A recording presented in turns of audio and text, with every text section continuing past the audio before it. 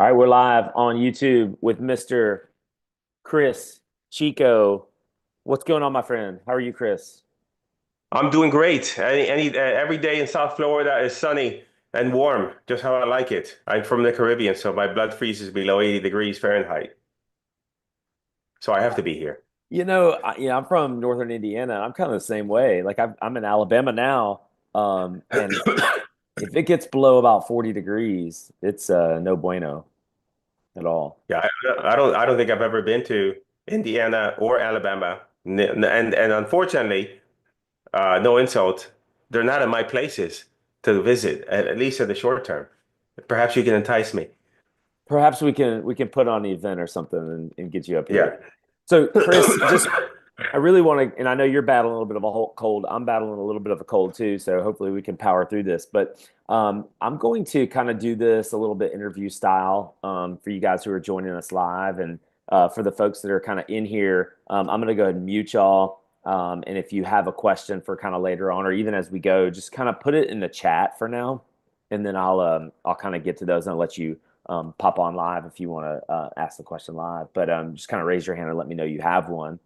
But Cris Chico, many folks refer to Chris as the godfather of wholesaling, godfather of virtual wholesaling for sure. And I know for a long time, I just want to kind of give you credit, give credit where credit is deserved. For a very long time, probably for 5 or 6 years, I sent postcards, final notice, third notice, these little yellow postcards, and got them straight from just ripped off Cris Chico, straight up. Just not gonna lie. And they were so they worked so well. They were perfect, and I want to kind of give you credit for that. And you kind of pioneered this whole thing, man. And just kind of take us through your journey. I mean, I know you started, many years ago, 20 plus years ago, 25 years ago. Take us through the journey. What's changed with virtual wholesaling then versus how you're doing it today? Yeah, so when I first started, this was back in 2003 or four. That's when I started to do wholesaling. And back then, there's like, just to date myself back, there wasn't even Google Street View, right? Back then. And so a lot of the tools that we take for granted right now were not available. And so back then, I started out buying properties from banks. But then I didn't like buying properties from banks because I used to be an REO broker, which then I went to work. One of the guys that was buying most of my deals said, "Hey, why don't you come work for me?" So I went to work for him, and and I started to help him buy properties, and we were going after REO brokers. But I didn't like that business, mainly because you have to kiss a lot of frogs, with REO brokers. Even if you didn't like them, you have to be nice to them. And I just didn't like the model. And I had this crazy idea. I said, "Oh, I wonder if you can get deals from private owners as opposed to, the banks." So back then, data and that sort of thing wasn't really that much available, but I figured out a way to go out and get the data and send postcards with what's called today click to mail, but back then was called net post digital online. So I figured out a way to inject the um, the name of the seller and the property address into the postcard. Back then, nobody was doing that. And then it worked like gangbusters. For a very long time, we were doing just that. We would send out a thousand postcards, and we would get like 110 calls, like 10% response rate, because nobody else was mailing. And back then there was no CRM, so I had a guy that would come to my house, and literally he would sit there for like hours when the mail hit, and just transcribe all the messages. And then I had another guy come in, and then he would pick up that notebook and he would make the calls from that notebook. So that was our CRM. And then, very quickly for me, after I started doing deals, I realized that I didn't really like talking to sellers. It wasn't enjoyable for me, but I knew how to create the systems and everything. So I got like three guys, and I said, "Hey, I can do everything at the back end. Would you guys be interested if I taught you how to do the seller calls?" And they said, "Yeah." So that's how I was running it for a long time. Back when, before people hired acquisitions managers. That was just me. I just didn't want to do it, and I figured, let me do the marketing. So we did that for a long time, and it went through transition points. We had the postcards, and then I created the third notice postcards and the final notice postcards, to try to continue to make that work. And then I had a company with a guy that you and I both know, Gary Boomershine, REI both. And at one point, we were doing that for investors, and we were mailing over 1 million postcards a month. And then I went to a seminar with Lee Kearney up in Tampa, and he was talking about online marketing. And he was like, he explained why he thought online marketing was the right thing to do, and the direction that he was going, and it made sense to me. So I went down this rabbit hole. This is around 2016 of trying to figure out Facebook ads because nobody else is doing Facebook ads. So, I went and got a bunch of generic courses, did a bunch of testing, and then I wasn't really getting anywhere. And then I applied the principles that I had with the postcards to Facebook ads back then, which was in the postcards, we had great success because we were making those postcards very specific to that property owner. And so, and where they were located. So I had the idea of creating ads on Facebook that had the zip code on them. Like we're buying properties in 33142, and I had the little house with a little bandit sign with the zip code on it. And that worked amazingly well. So we went from, not making it work to all of a sudden, just it was working like gangbusters. So we ran that for a couple years. And then Facebook had an issue where, because of a lawsuit with the Department of Housing and Urban Development, they took away zip code targeting. So that that caused an issue for us, and then we were trying to figure that out, how to navigate around that. And then one day, I built out a campaign, and I forgot to put the targeting on it. And then all of a sudden, we're getting all these leads, and I'm like, oh my gosh, I'm a genius. And then I realized, wait, these leads are coming in from all over the country. And then I realized, oh, wait a second, we can target the whole country, and the leads are cheap, like $6, $10 leads back then. And and then that's when we decided, okay, maybe there's a way for us to do this differently, which is doing deals nationwide. So then I went down that rabbit hole, and then that's what we're doing now, which is where we're running campaigns all across the country using Facebook, TikTok ads, and also Google ads. And instead of targeting one geographic area, we're targeting the entire country as a whole. Generally speaking, when I say entire country, we're talking about 15 states, right? Because some states are not that great. Some states have laws and regulations against wholesaling, etc. But that enables us to get leads at $15 to $20 per lead. And then, our model now, the way we run our model is that we have, so we set up clients with ads. We help them run them if they want to learn, or we run them for them. They go ahead and talk to the sellers.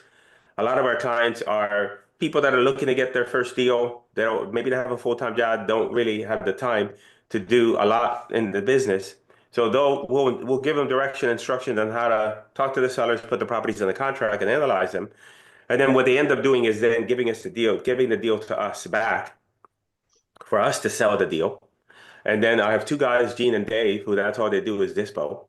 So like if you had a deal, like if we would set you up with the ads, they're running, like you now have leads, whereas before you were cold calling or doing all the other stuff. And then did you lose me for a second? Because it says I was offline. Okay. And then so you put the property in the contract, you submit the deal to us. There's a form you fill out, it goes into our CRM within 60 seconds. You get notified who's in charge of the deal. They'll underwrite the deal. Dave and Gene will underwrite the deal. They will either tell you it's a deal or it's not a deal, or you know what, it's a little bit tight, but let's give it a shot. And then we go out and find a buyer. So we'll go out and find a buyer, show the property, communicate with the seller as your business partner. And then we will then, negotiate the assignment. The original contract was with you. So we will then facilitate the signing of the assignment of contract between the end buyer and you, right, as a client. And then we'll also sign a partnership agreement with us for just that one deal.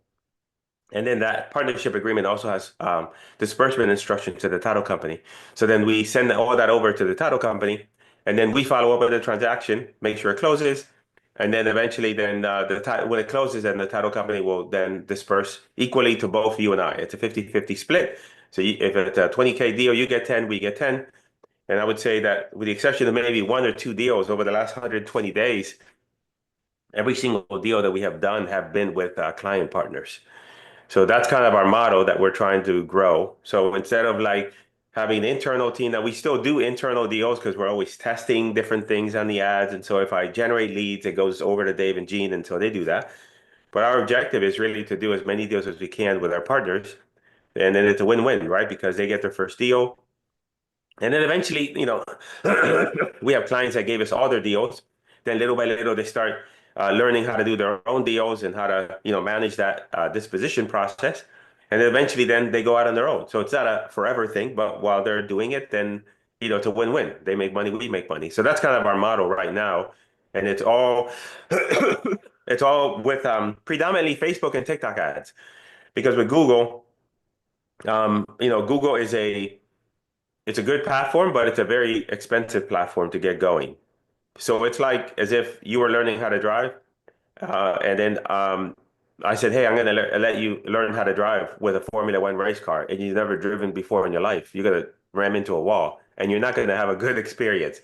So I say that because, like with Google, the leads are more expensive, and if you're brand new in the business, you can't be handling $150 leads if you have never talked to a seller and you don't sound that great. So with our leads, they're like $20, $25. So in essence, uh, what our lead that, let's say if you go to, like right now, there's a bunch of pay-per lead providers that you could buy leads from.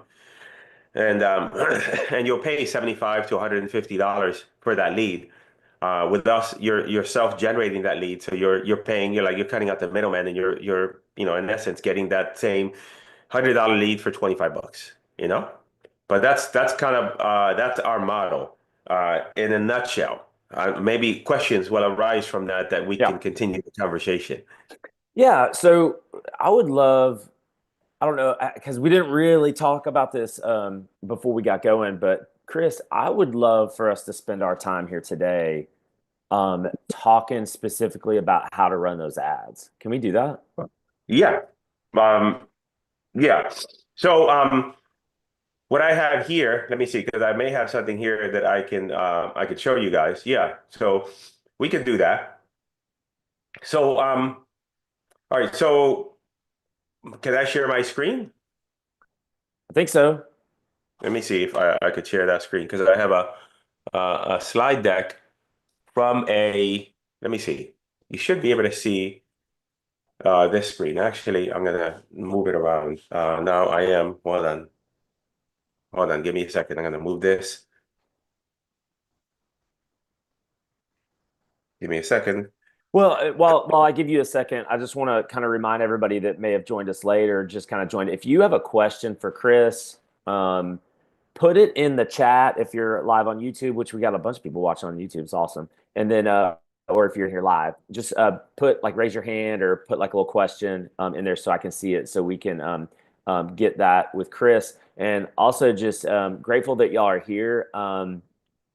And we got Tom Kroll next week, next Monday. So make sure you put that on your calendar. We've got David Lecco with Deal Machine the week after that. It's going to teach you how to drive for dollars. We can even drive for dollars virtually. So there's lots of awesome stuff that's coming up. So make sure you put 11 a.m. Central Time in your calendar every single Monday.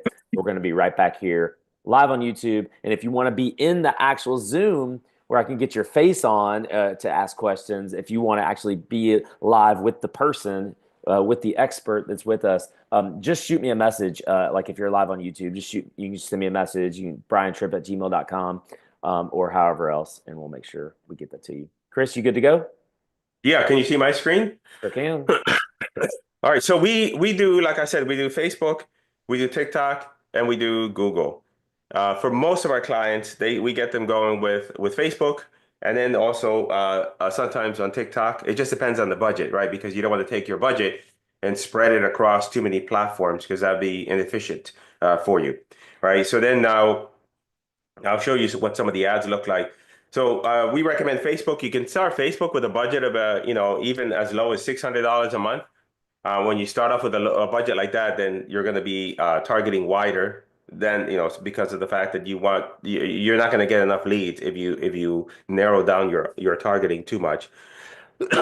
TikTok, we recommend a budget of 1,000 per month minimum, and then Google 2,000 per month. So depending on where you're at, if you're on a tight budget or you're just starting out, then we recommend either number one, and number two. And number one is where I would say 90% of our deals are from Facebook ads. And so with Facebook, we set up Facebook ads. We use a combination of videos and images. So this is an example of how some of our images look like. So it's a combination of, we want something that stands out in the Facebook feed. Now, when we advertise on Facebook, we're advertising on Facebook and also on Instagram, but the majority of the leads are coming through Facebook. And so that's how our ads look like here. And then when you're putting together an ad on Facebook, it's a combination of, which is different than TikTok. TikTok is mostly all video. That's the only thing you have to work with. With Facebook, you have video and you have also images along with an ad copy. So the ad copy is a text above the image and below the image. And so this is an example of some of the ad copy that we use. And what we want to try to do is we want to call out to the audience. So, with the targeting on Facebook, the algorithm pretty much knows the type of client you're looking for with the ad. And, because when you upload a video, they'll transcribe it. So they know the content of the video. They know what the images say. They know what your headline and your body copy is. And so they have a pretty good idea of who they're going to try to target. And what we want is just to make sure that we're calling out to the right audience. So we're calling out to people that either have a property that needs repairs and fixing up, inherited property, etc. And so that's what the ad copy is. And then we use Facebook's internal lead system in order to collect the information. So they click on the button on the ad, and then they see a lead form pops up that keeps them on Facebook.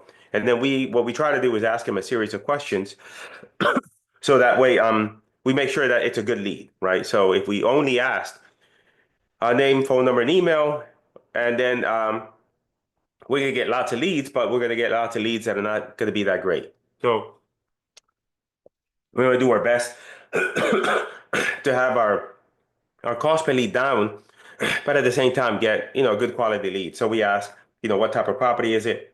If the property is listed with an agent, what's the condition of the property? How soon they would like to sell? Their asking price? Who's living at the property? Their reason for wanting to sell, and then their contact information. And then generally we could start with a budget of about $20 a day, even if you wanted to do more. Let's say you said, hey, I can do 1,500. I probably still recommend a smaller budget, just to make sure that you work through the system, right? That at the end there's a variety of different things in the back end that need to be working properly. So when the lead come in, they get sent to your CRM, they get sent to your email, etc. And so you just want to make sure that everything is working, and that also you're able to handle the leads.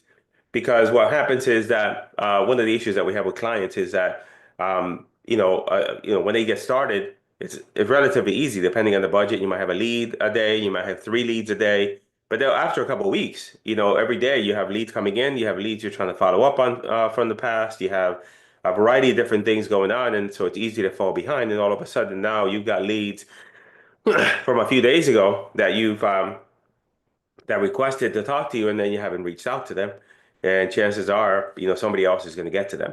And so you want to make sure that you're on top of it, and then little by little, as you start from going from walking to running, then you're going to start being able to increase your budget. So now in terms of how quickly the leads can come in, this is a screenshot from one of our campaigns, a recent one from February. And you can see here, like on the lower left-hand corner, you see where it says February 6th, February 7th, February 8th. So this is a brand new campaign get started. So you can see here that it had 4 leads at $10.45 per lead. And so we spent $41. So, it's very easy for you to launch a campaign, and right away from day one, you'll start to have leads. So it's not like a situation where, I've heard some people say, oh, you got to run ads, you got to let them run for a month, and then you're going to start then finally getting leads. If somebody tells you that, they don't know what they're doing, because We get leads right away from day one. Now we can also, in this campaign, right, for example, we targeted nationwide. So the lead cost is $10. Now we take and narrow down the area and we target like say 12 states in this example, then the cost per lead will increase. So you can see here that the cost per lead is $19 as opposed to $10 on the previous campaign because now we're tightening up the geographic targeting. So as you say, if you started with Facebook, maybe the first couple of weeks you might do nationwide just to kind of get into the rhythm of things. And then what you can do is slightly increase your budget and go narrower. So then that way you get less rural areas, higher quality lead in your target states, and then that way you could handle less leads. So depending on like if we have somebody that's a brand new client that has never done a deal before, then it's in their best interest to talk to a lot of leads because they need to practice in terms of getting those seller conversations down. And so in that scenario, we recommend go nationwide, get as many leads as you can the first week, and go through and talk to every single one of these people. Because you and I both know, like, it doesn't matter how great of a course you go, how great of a sales training you go to. At the end of the day, you're going to learn the business by the doing of the business. So you're going to learn how to talk to sellers more effectively by actually talking to sellers. So this is by state. And then and you can see here, I'm just showing you if you look at there's a column called results toward the middle of the screen. So that shows you the flow of leads. So this campaign is probably maybe spending about $40 a day, I think. I don't have that the budget on there, but you can see the fluctuation of leads. Some days you get no leads. Other days you got two. Other days you got three. Other days you got one. So it just it fluctuates like that with Facebook.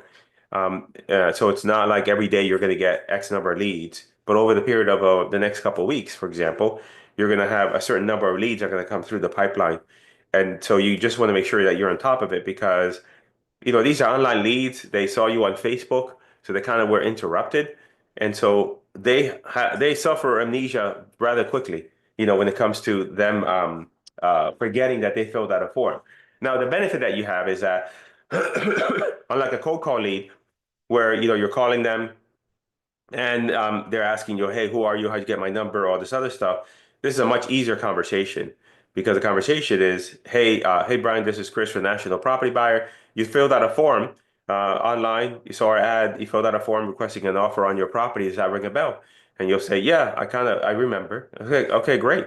Well, if you got a few minutes, I'd love to just chat with you about the property and see if it might be a property that we could that would qualify for an offer from us. And then that's it. And then you go right into it. So it's just a much different uh, type of conversation, right? And so to me, that's the other thing that I find that people like about this model is that it's not chasing people, it's people coming to you. Um, and then, this is a sampling of the type of leads that we get. So you can see here, you have a variety of different leads, different asking prices. You have like the timeline, the condition of the property, repairs needed on the property, the ultimate goal. And so, it's a combination of it's also like it's a change in mindset because what you're doing is you're moving from a convincing model, meaning that if you only have a handful of leads on a weekly basis, then you feel like you have to really sell hard in order to get people to say yes to you. Whereas with this model, we're getting a lot of leads coming through. So that means that then if somebody is either asking a full retail value or maybe they're just a pain in the butt, as sometimes these sellers are, then you can say the magic four-letter word, not the ones begins with F, the ones begins with the letter N, which is next.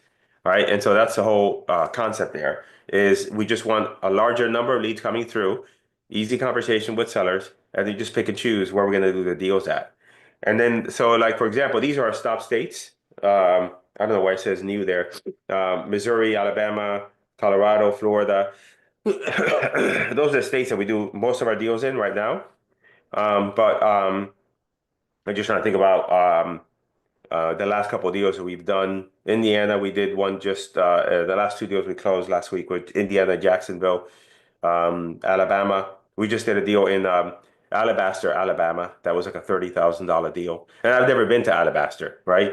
So then once the leads come in, for the most part, like we try to keep things as tech, uh, we try to keep the tech down as much as possible, right? Because a lot of times investors go down the rabbit hole of setting up this really complicated tech, and they're spending more time on the tech than they are on calling these leads. So we set up a simple CRM using Trello, in which now that's where the leads come in, and the leads come in, and you just use your phone just to give them a call, because at the end of the day, sometimes with these different CRMs, and now you're calling people, and the number shows scam likely, but we have people doing multiple deals a month just with like a simple CRM like this. And then the information comes into the CRM just like this, just basic information about the property, and you just pick up the phone and then you just reach out to them. Um, then with regards to, so let's talk about then the next step is once we generated the lead, then how do we convert those, right? So a couple things to keep in mind is that these people are warm leads, right? So they reach out to us. They're happy to hear from us. So you're not like an annoying pest. And we know that they want to sell their property and they're willing to have a conversation with a real estate investor because the ad frames it as such, right? Um, and the most important thing, and I think maybe for those of you that are already in the business, this is we need to get price, motivation, condition of the property, and timeline. And it's just having a conversation with the property owners, understanding their situation, and figuring out like what is a situation that then requires them to maybe sell a property to someone like us, right? And for the most part, we use Zillow to analyze pretty much all of our deals. So the type of leads that we get deals in large cities, like metro areas, like we just did one in Jacksonville. Alabaster, Alabama it's like a suburb of Alabama, so I consider that a major city. But we also do deals in small towns like Midland, Texas. We just sold a deal in Enid, Oklahoma. So these smaller towns that yet still have a lot of activity and it's still viable markets. It's just that we may not think about that market until many times these markets we don't even know they existed until the lead comes in. And then, I give this graph here because most people don't understand that the majority of the US is actually in small towns. We all know about the big major metros, but there's a lot of great markets that are small in population, but are very robust, lots of activity going on, and less competition too, as well. Um, Hey, Chris, let me jump in real quick if you don't mind. yeah. So I would love to kind of go back to the Facebook ad stuff. Okay. Because I think from this point forward, I mean, there's a million people that talk about how to, dispo a lead, how to talk to sellers. I think what the unique approach that you have, Chris, is that you're doing the Facebook ads. I don't know a lot of people doing that. You're doing TikTok ads. I don't even know how to do a TikTok ad, but I would love for you to kind of, first of all, let me ask you this. Oh, I can run Facebook ads from my personal account. Is that correct? It used to be where I had to have a page, but I think they've Yeah, but changed it. you could, but you don't want to do that. So you Okay, want to so set up, so yeah. you recommend setting up an actual like page if we don't have one already. Yeah, you would go to business.facebook.com and you'd have to set up a business manager, which is kind of like I would liken it to setting up a little corporation inside of Facebook. So if you go to business.facebook.com and then you set up a business manager, and then once you set that up, then inside of that business manager, you're going to set up a Facebook page and you're going to create an ad account. And as the Facebook page ideally would be one that matches your website. So in other words, if you're doing this model, you'd want a website that has a good domain. For Facebook, we're not really using a website for a landing page for customers to go there, but they just need a website that is good for credibility purposes, and then also for them to, when they call the property owner, let's say if I my it doesn't have to be a .com. So let's say my website is helpinghomeowners.io as an example, right? That's not a .com. But when you call a property owner, it's like, hey, this is Chris with helpinghomeowners.io. You filled out a form, etc. You don't want to say like if you have a corporation, Quantum Capital LLC, like you don't want to create a website called Quantum Capital LLC and a page called Quantum Capital LLC. Like you want something that's descriptive that when you talk to the property owner over the phone and you give them your website, right? As instead of a business card, you're like, hey, this is Cris from, and you tell them your website, then immediately they know like what you do, and that acts as a credibility piece, right? So the components for Facebook are, let me see if I could just pull out a doc here real quick, just to kind of go over those here. So you can still see my screen, right? There's like a That's Google Doc. yes, that's correct. So for anybody looking to get started, right, they would go to business.facebook.com, and then they would and then you would create your ad account. You would create your Facebook page, okay, and that you would do in order to advertise. The other items that you're going to need, additional items, is you're going to need a website, and then you're also going to need a Zapier account. A But Zapier account. I absolutely have to have a website. Is that what you're saying? Yeah, because for Facebook lead ads, they're going to require you to have a privacy policy. So you're going to need to have a website. But here's the thing, though, even if you didn't, even if the challenge is that you as an investor need to have a website, because when you talk to property owners, there has to be at least some sort of credibility that you can provide to the seller that, and I think that the website is the easiest way to do that. But to advertise on Facebook with lead ads, you need a privacy policy.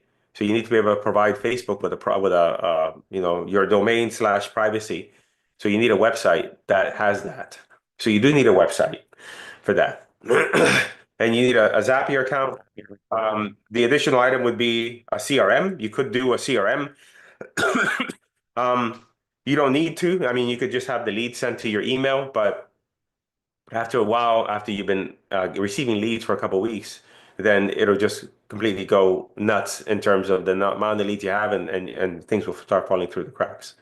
So Chris, as far as like the Zapier account, that what that does is that connects my Facebook page, my Facebook ads to the CRM essentially, Hmm. and it allows Hmm. it to go straight. But this is not something I absolutely have to have. It makes it easier. It makes it the Zapier account makes it to where all the leads from Facebook go straight into the CRM. Zapier is the communication tool.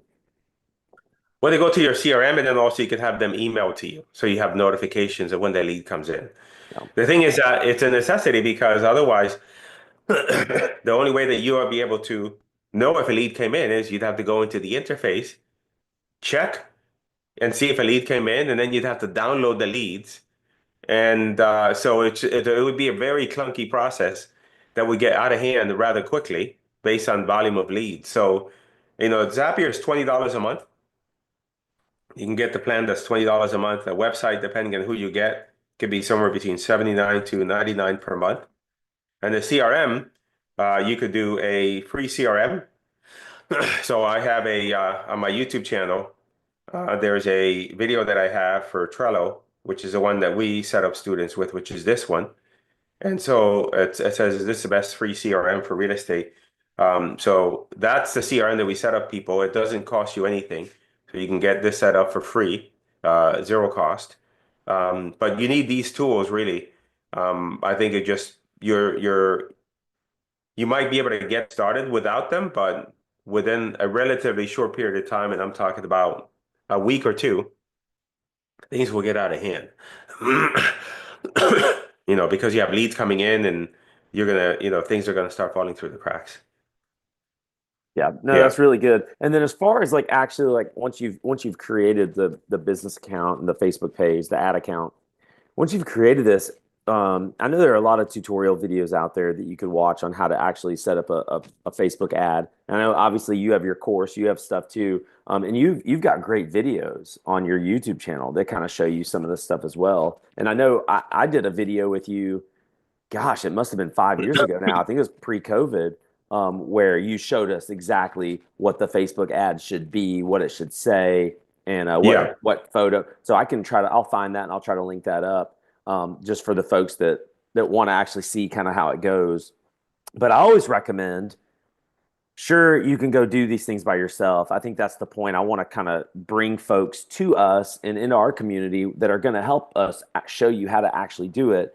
But at the end of the day, Cris is the expert. And Cris has been doing this. I remember when you first started the whole Facebook ad thing, it had to have been 2000, what, 18? I think is when I met you. 2016 is when I started with Facebook So ads. I think it was 2017 or 18 is when I saw you at an event and you were kind of showing me what you were doing. And that's when I had you on the YouTube channel.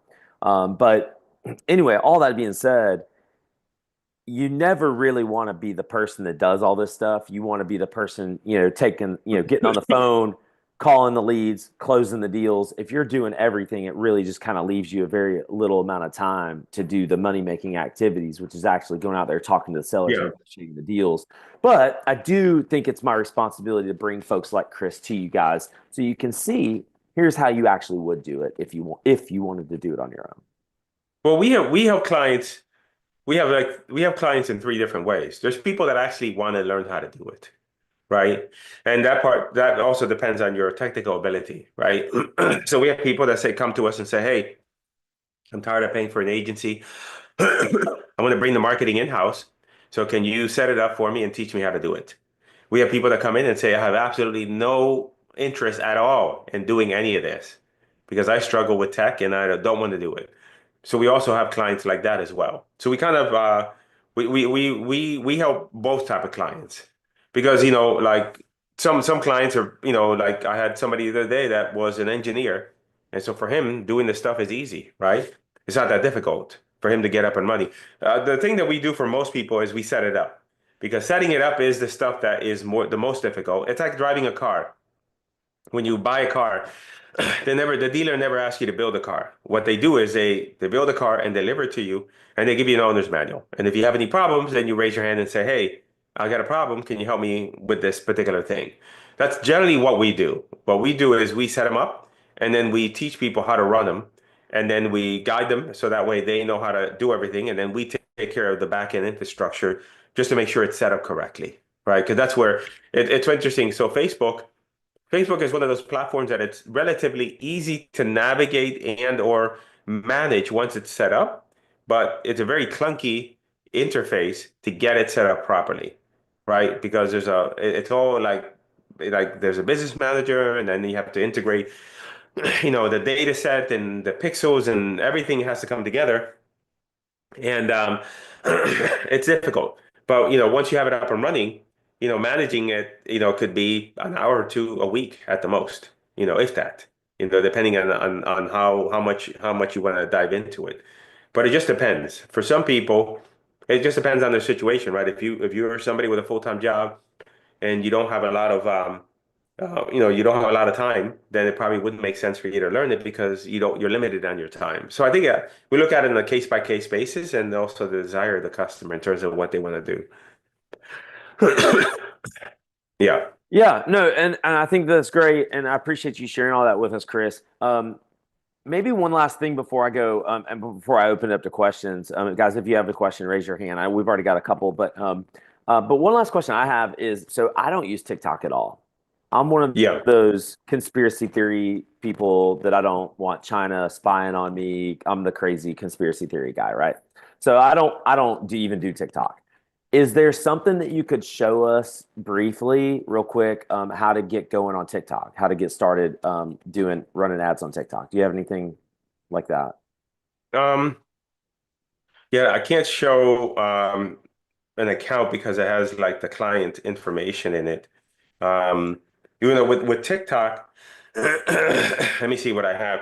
With TikTok, the interface is very similar to Facebook. So once you learn Facebook, it's very easy for you to run ads on TikTok. With TikTok, the it's only video, so that's the only thing you have to work with. So there's really no ad copy or anything like that. It's a vertical video, so either you record it yourself or you can get somebody on Fiverr to do it for you.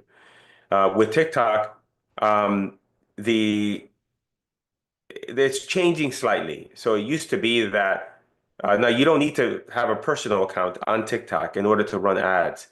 But it used to be that, let's say, if my company is National Property Buyer, I can go into the ads interface and just start running ads. and there's no TikTok account for national property buyer. Now they're changing where now it's going to be required. So for me to advertise on TikTok, I need to create an account called National Property Buyer. And then I probably need to populate it with, I don't know, half a dozen videos so that when somebody goes there, they see something. And then now I'm going to be able to run ads from that. But it doesn't require your personal profile. But I think that what trips people up with TikTok is that, it is a video-driven platform. Um, so I was trying to see if I have something here in my Canva on TikTok. Let me see, because some of the stuff here, I mean, and the cost per lead on TikTok is very similar to Facebook. So we have accounts that right now are running at, $20 a lead. TikTok. Now some people ask me, Chico, with TikTok ads, I'm not really sure that that would work because um, my people are older people, and I think that younger people are the only ones on TikTok. So let me see if I could show you something here. Give me 1 second here. And the fact is that that's not the case, right? Because if you look at this is here, I can show you this here. This is an account that we have. So this account had let's see here. These are the conversions, right? 104 conversions, 90 conversions, 30. So you can see the age group over 55, 104, 45 to 54, 35 to 44, 25 to 34. So you can see that the the age is definitely on the older side. So that's one of the things that people say is, hey, I don't think property owners are on TikTok, but that could be further from the truth. Um, and then yeah, let me see. Let me yeah, this one I have a couple. But going back to what you said, I was just trying to but TikTok is definitely viable.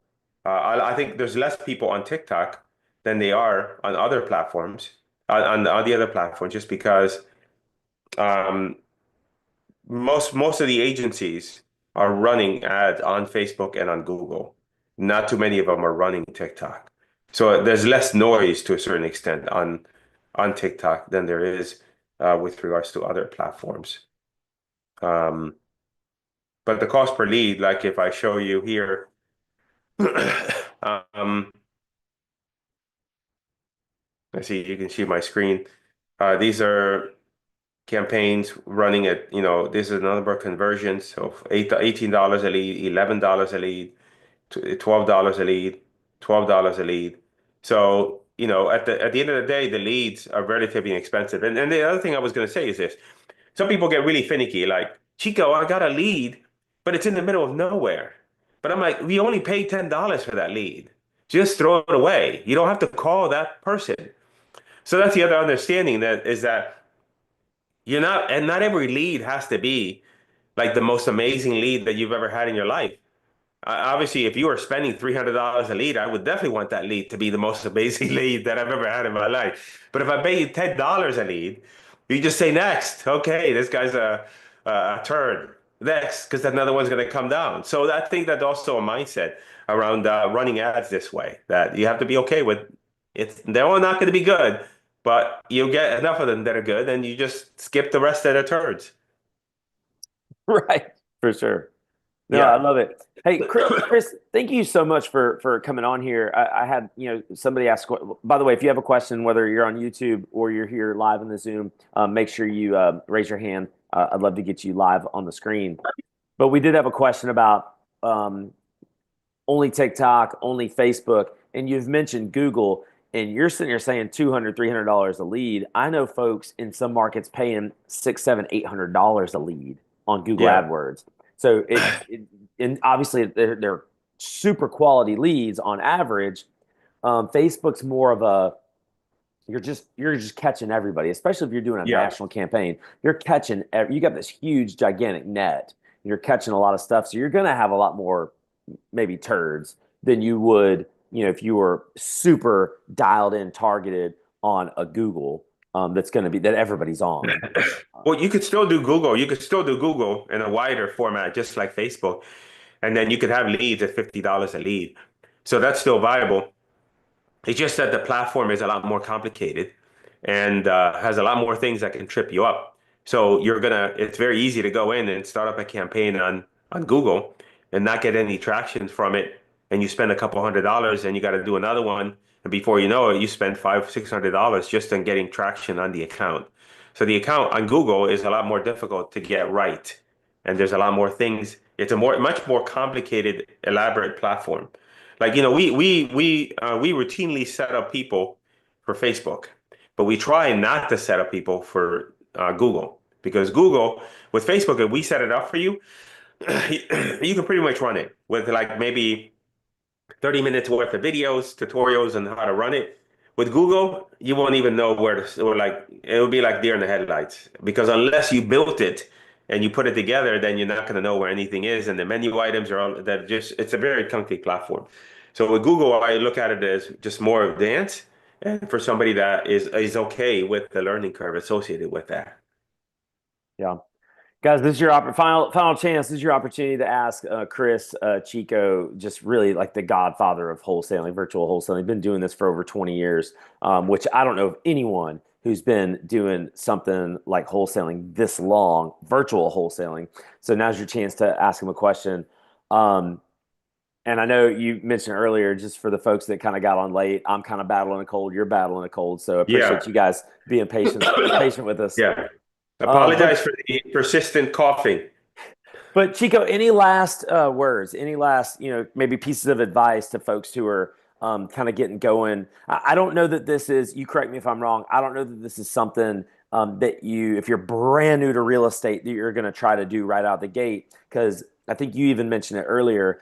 I'm a huge proponent of, if you're brand new and you've never talked to a seller before, you need to get as many free leads and free reps talking to sellers as you can. And there's so many different ways to get free leads, which we've already gone over that. I can link that up. But so Cris, this seems like, I don't know that I would say that this is a more sophisticated way to get leads, but I do think it's not a beginner level. And correct me if I'm wrong. I don't know that it's a beginner Yeah, I mean, level, I maybe would say, novice. yeah, I mean, our specialty is helping brand new investors get their first deal. So this is definitely, it's not necessarily a strategy. I think that it's a strategy if you have to make a decision if you have the money for marketing or not. If you have zero money for marketing, then obviously then you have to go through other sources, right? But if you do have the wherewith, if you have the funds for marketing, then you have a choice. You could either get inbound leads or you can do outbound. So we routinely have clients that come in that have been struggling with cold calling and trying to get deals done that way. And then now switch over to this. It's more enjoyable for them because now they have inbound leads and it's a lot easier, right? Especially if you have a full-time job, the ads are working in the background while you're working. I think that the advice that I would give people is like there's a couple layers. I think that the most important thing that you could fix if you're trying to get the business off the ground, the most important part is lead generation, because you need a consistent way of having leads come to you. And that because otherwise then all you're doing is spending your time and trying to figure out, oh, how am I going to get leads? How am I going to get leads? So once you have that in place, right, that doesn't solve everything. The next part of it is sales and then underwriting, meaning talking with sellers, and I would say I would rather you sound good. There's two options. You can either know what you're doing and you sound horrible on the phone, or you absolutely have no idea what you're doing, but you sound amazing on the phone. I'll take the amazing on the phone all day long. Okay, so most people don't realize that they sound like crap on the phone. My joke is you sound like you got like a sock in your mouth. Sometimes I talk to people and I'm like, look, you have to ingest like 4 cups of coffee because nobody's going to sell you their house how they like the way you're sounding. A lot of people don't realize that. And a lot of people will fault the leads. Oh, the leads are not good. I can't get anywhere with these leads. And then you hear them on the phone and you're like, the leads are not a problem. You're the problem. So, it's always a combination of things that come together to make a difference. Meaning that you got to have the lead flow. Number two is you got to learn how to talk to these people appropriately. And the last thing is you need to learn how to underwrite properly, because you can have deals right now that you're letting go because you misdiagnosed them, or you're putting properties on the contract and you're like, oh, this business doesn't work because I put all these properties on the contract and none of them sold. Well, they were crap anyway. Nobody's going to buy them, right? So it's just a combination of those three things. But with regards to this particular strategy, it comes down to money. If you have the money to spend and you'd rather spend money in order to generate leads versus, rolling up your sleeves and cold calling, then this market is definitely this strategy is definitely viable. And then also I would begin with either Facebook or TikTok, because the lead cost is going to be low, and that's going to give you time to be able to practice and have conversations with property owners. That's awesome. Cris, thank you so much. What is, how can people get a hold of you? How can people, first of all, your YouTube channel is incredible. You've got a plethora of videos on how to do anything and everything between, obviously doing the Facebook ads, TikTok ads, all the way to how to talk to a seller, how to not sound like a certain kind of way, how to not Yeah, sound the best horrible. Yeah, the best way is just, I would encourage you, if you're interested, go to my YouTube channel, check out a couple of the videos. And then in the YouTube videos, there's always a description. There's a link in the description if you want to reach out, or you can also reach out to me on Instagram as well. Awesome. Cris, thank you. You're the best, man. I appreciate you so much. And thank you Thanks to for having everybody. me on, Brian. Really appreciate it. Appreciate y'all joining us. I'm going to go ahead and end it for the folks watching on YouTube. Appreciate y'all as well. Hope y'all got something out of this.